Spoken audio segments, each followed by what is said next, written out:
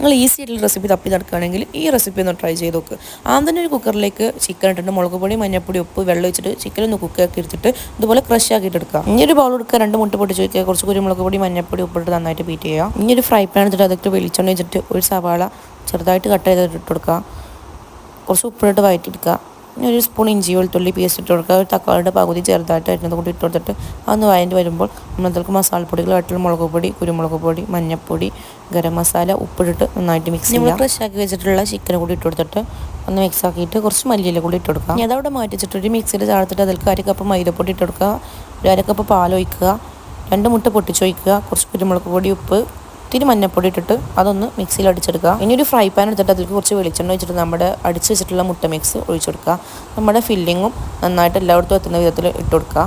കുറച്ച് മല്ലിയിൽ ചെറുതായിട്ട് കട്ട് ചെയ്തോടെ മുകളിൽ ഇട്ട് കൊടുക്കുക. എന്നിട്ട് നമ്മൾ ബീറ്റ് ചെയ്ത് വെച്ചിട്ടുള്ള മുട്ടയുടെ മിക്സും മുകളിൽ ഒഴിച്ചെടുക്കുക. കുറച്ച് ചീസ് വെച്ച് കൊടുക്കുക.